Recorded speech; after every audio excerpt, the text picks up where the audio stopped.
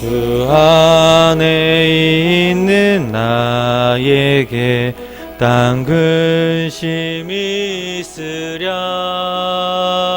십자가 밑에 나가 내 짐을 풀었네.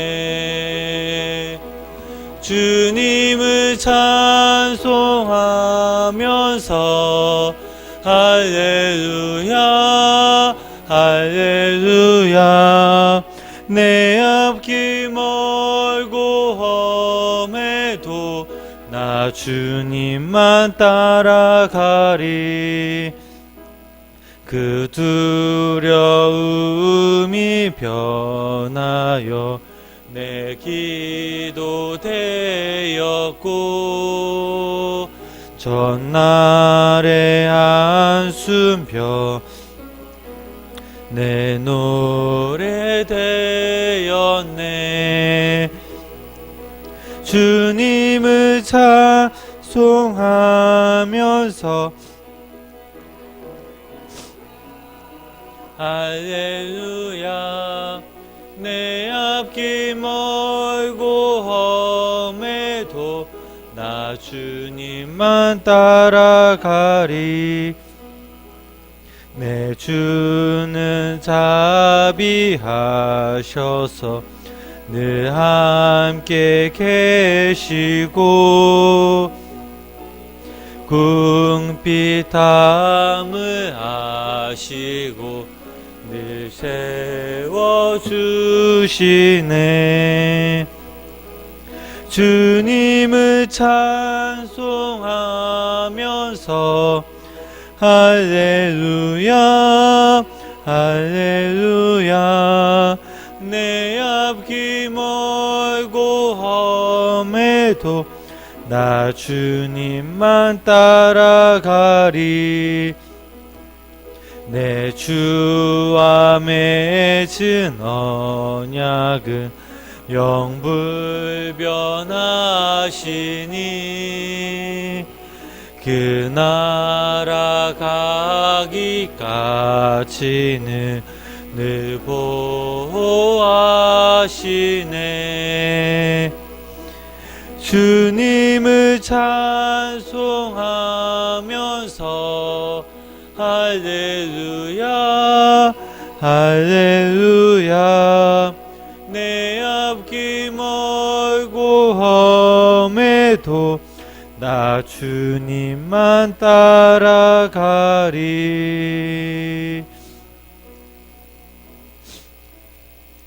사도신경으로 신앙 고백 드리시겠습니다.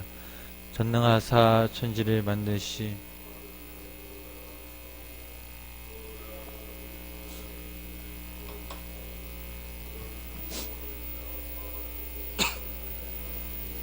본디오 빌라도에게 고난을 받으사 십자가에 못 박혀 죽으시고 제4일 만에 죽은 자 가운데서 다시 살아나시며 하늘로 오르사 전능하신 하나님 우편 앉아 계시다가 저리로서 산 자와 죽은 자를 심판하러 오시리라. 영을 믿사오며 거룩한 공예와 성도가 서로 교통하는 것과 예를 사여 주시는 것과 몸이 다시 사는 것. 아멘. 오늘 시간 함께 보신 말씀은 사도행전 17장 16절에서 18절 말씀입니다. 사도행전 17장 16절에서 18절 말씀. 제가 갖고 있는 성경은 신약성경 217페이지입니다.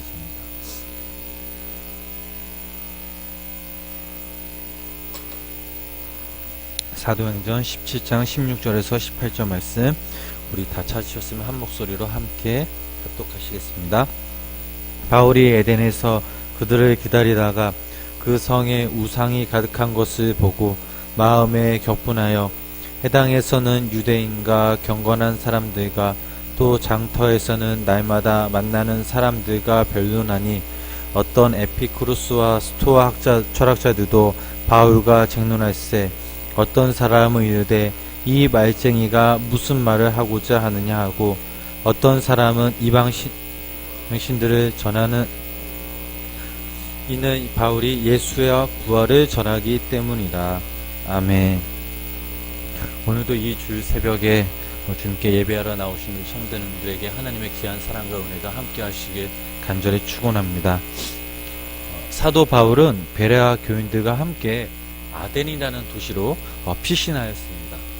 이곳으로 피신하게 된 이유가 바로 데살로니가 유대인들이 바울이 베레아 지역에서 복음을 전한다는 그 소식을 듣고 바울을 해치기 위해서 그들을 베레아 지역까지 와서 그곳의 시민들을 선동하여서 소동을 일으켰습니다. 그들의 모습이 얼마나 기세등등했는지 바울은 그곳에 있을 수 없게 되자 베레아 교인들과 바울은 함께 배를 타고 아덴이라는 도시까지 데려다 주었습니다. 우리 다시 한번 16절 말씀 함께 읽어보시겠습니다. 바울이 에덴에서 그들을 기다리다가 그 성에 우성이 가득한 것을 보고 마음에 격분하여. 아멘. 베레아에서 바울과 베레아의 믿음의 형제들은 4일 동안 배를 타고 아덴에 도착하였습니다. 저희들이 먼저 살펴볼 것은 이 아덴이라는 도시입니다. 이 도시는 아티카의 영웅 데세우스에 건설되었으며 아테네의 여신을 기념하기 위해 아덴이라는 이름이 붙여져 있었습니다. 오늘날 저희들이 잘 알고 있는 그 그리스의 아테네라는 도시입니다. 이 아덴이라는 이 페리클리스의 시대에 이르러서 한국기를 맞이하였고 파르테논 신전과 수많은 서원들과 또 웅대한 건축물이 건축되었습니다. 뿐만 아니라 문학과 철학과 수사학, 과학 및 이런 것들이 꽃을 피웠으며 정치적으로 민주주의의 기초가 내려지기도 하였습니다. 하지만 바울이 이 도시를 방문하였을 때는 찬란했던 그 영광이 사그라디었습니다. 그러나 화려한 명성만은 지속되었습니다. 사도 바울은 아덴에 도착하여서 바울과 실라를 기다리는 동안 온 도시가 우상으로 가득 차 있는 것을 보고 마음이 격분하였습니다. 한글 성경에서는 마음이 격분하였다라고 이렇게 표현하고 있지만 헬라어 원문에는 바울 속에 있는 영이 격분하다라고 이렇게 기록되어 있습니다. 즉 분노의 주체가 바울의 영이었다라는 사실입니다. 바울의 영은 일반 사람들과의 영과는 달리 이 영은 성령님 안에서 성령님과 함께 소통하는 영이었습니다. 즉 그리스도 안에서 새롭게 거듭난 영이었습니다.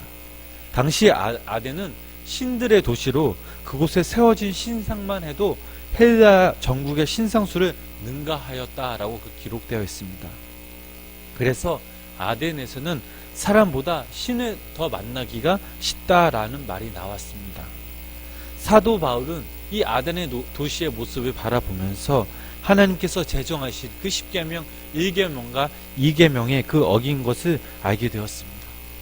바울 눈에는 우상 숭배가 하나님께서 가장 싫어하시는 것으로 하나님의 진노의 대상이 된다는 사실을 모른 채 우상 숭배하는 그 아덴 사람들이 한없이 불쌍하게 느껴졌었습니다. 우리 17절 말씀 함께 읽어보시겠습니다. 이 땅에서는 네가 또 장터에서는 날마다 만나는 사람들과 변론하니. 아멘. 말씀에 나와 있듯이 바울은 회당에서 또 장터에서 만나는 사람들에게 설교를 하였습니다. 회당에서는 유대인들과 또 유대교로 개종한 이방인들에게, 또 시장에서는 물건을 사고 파는 사람들뿐만 아니라 이 당시에는 장터가 집회와 재판 그리고 토론까지 할 수 있는 장소였기에 또 공개적인 장소에서 그곳의 사람들과 토론하고 설교를 하였습니다. 제가 18절 말씀 함께 읽어보시겠습니다. 어떤 에피크로스와 스토아 철학자들도 바울과 쟁론할세 어떤 사람은 이르되 이 말쟁이가 무슨 말을 하고자 하느냐고, 어떤 사람은 이르되 이방 신들을 전하는 사람인가 보다 하니 이는 바울이 예수와 부활을 전하기 때문이더라. 아멘. 바울이 해당에서 또 장터에서 설교하고 토론한 주제의 핵심은 무엇입니까? 말씀에도 나와 있듯이 바로 예수와 부활이었습니다. 18절 말씀에도 나와 있지만 바울과 논쟁한 사람들은 바로 에피쿠로스와 또 스토아 철학자들이었습니다. 먼저 에피쿠로스 철학자들이 주장한 것은 쾌락이 인생의 주된 목표라고 이렇게 주장하였습니다. 이들이 주장한 쾌락은 공포와 죽음 등에 대한 염려에서 벗어난 마음의 평정을 말하고 있습니다. 또한 이들은 신의 존재는 부인하지는 않았지만 신이 인간의 삶에 간섭하지 않는다는 입장을 취했습니다. 또 다른 그 스토아주의는 인간의 이성을 절대시하며 최고의 선을 덕에 두었으며 행복은 삶의 부수물로 보았습니다. 신들은 경배 대상으로서 창조주를 부정하는 범신간이었습니다. 바울과 논쟁을 벌였던 이들은 바울을 보고 말쟁이라고 이렇게 노렸습니다. 이 말 속에는 바울을 경멸하며 또 무시하며 조롱의 의미가 담겨져 있습니다. 바울을 이렇게 부렸다라는 것은 바울이 지식만 늘어놓는 형편없는 인간으로 평가하였음을 말하고 있습니다. 아덴이라는 도시는 모든 사람들이 하나 혹은 두 가지 이상씩의 우상을 섬기는 우상 숭배자들이었습니다. 이런 우상의 도시에서 바울이 예수와 부활을 전한 것은 그들의 삶 가운데, 심령 가운데 인간의 죄값을 대신 치르시고 십자가의 제물로 돌아가셨다가 사흘째 되는 날 죽음을 깨뜨리고 부활하신 그 생명이신 예수님을 전하기 위함이었습니다. 사랑하는 성도님 여러분, 저희들이 살고 있는 이 세상을 한번 생각해 보시기를 바랍니다. 지금 저희들이 살고 있는 이 땅의 모습은 어떻습니까? 돈과 권력으로 인해서 나라도, 정치도, 인간관계도 모두 다 나락으로 떨어지고 있습니다. 돈 때문에 사람 앞에서 무릎 꿇고 돈을 위해서라면 수단과 방법을 가리지 않고 점점 물질주의로 빠져들고 있습니다. 이게 끝이 아닙니다. 우상이라는 것이 우리 주변에 널려져 있습니다. 성공이라는 우상과 또 권력이라는 우상, 자기 자신만 아는 위에 살아가는 그 이기주의의 우상이 널브러져 있습니다. 어찌 보면 지금 저희들이 살고 있는 이 세상이 아덴이라는 도시와 별 다를 게 없습니다. 저희들이 이러한 것을 보고 영적 격분을 느끼지 못한다면 저희들은 회개해야 될 줄 믿습니다. 제가 이번 주에 책에서 이런 글을 읽었습니다. 거짓과 악의가 판치는 그런 문화에 잠겨있는 사람은 익사할 것 같은 자신을 발견한다. 이제 그들은 무엇을 듣고 누구를 만나도 좀처럼 믿지 못한다. 세상에 대한 그런 불만족은 실은 그리스도의 제자가 되기 위한 여정의 준비다. 그러한 불만족이 평안과 진실을 향한 갈망과 짝을 이루러 완전하신 하나님을 만나는 수요의 길로 우리를 이끈다. 라는 책의 구절을 읽었습니다. 세상이 아무리 화려해 보여도 그것이 저희들의 삶의 목적이 될 수는 없습니다. 저희들의 두 눈으로 세상을 바라볼 때 거짓과 악의가 판을 치는 이 세상 가운데 영적 격분을 느끼지 못한다면 저희들은 진정 그리스도인이 될 수가 없습니다. 예수 그리스도의 제자로서 저희들이 먼저 그 예수님의 그 두 눈으로 자신을 바라보면서 회개하며 또 세상을 바라봐야 될 줄 믿습니다. 과연 하나님이 원하시는 것이 무엇인지, 나는 앞으로 어떻게 살아가야 될지, 이 질문에 나 자신뿐만 아니라 교회를 위해 기도하는 저와 우리 성도님들이 되시길 주님의 이름으로 부탁을 드립니다. 하나님이 인간에게 주신 그 십자가 그 사랑은 거저 주는 것이 아닙니다. 인간의 몸으로 오신 그 예수 그리스도가 십자가에 매달려 고통당하심으로, 죄를 대속하심으로 저희들에게 십자가의 사랑을 주셨습니다. 그러므로 이제는 예수님을 믿는 저희들이 각자 주어진 삶에 어떻게 살아가고 또한 어떻게 믿음 생활하는지에 따라 우리의 삶 속에서 십자가의 그 사랑이 나타날 수가 있습니다. 바라옵기는 여기 모인 저와 우리 성도님들이 그 십자가의 사랑을 회복하며 또 나라를 위해서, 또 교회를 위해서, 가정을 위해서 주님이 주시는 그 믿음으로, 마음으로 함께 고통에 동참하며 기도하시는 우리 성도님들이 되시길 주님의 이름으로 간절히 축원합니다. 기도하시겠습니다. 저희를 죄악에서 구원하시사 오늘 이 시간 주님께 예배하게 하심에 감사를 드립니다. 이 시간 성령님께서 함께 하시사 저희들의 찬양과 예배를 받아 주시옵소서. 저희들에게 믿음을 더하시사 주님의 뜻을 이루는 삶을 살아갈 수 있도록 성령님 함께하여 주시옵소서. 한 주간 저희들의 모습을 되돌아보면 참 부질없음을 고백합니다. 저희들의 모습 속에 이기적인 마음과 또 교만한 마음이 있었다면 주님 용서하여 주시고 저희들 긍휼히 여겨 주시옵소서. 세상 가운데 살아가면서 저희들이 권력이나 돈을 쫓아가며 세상 것들이 우리의 삶의 목적이 아니라 오직 예수 그리스도만이 저희들의 삶의 목적이며 주인이 되기 원합니다. 날마다 성령의 열매가 맺혀지게 하여 주시고 순종하며 친절과 봉사로 주님의 자녀가 되게 하여 주시옵소서.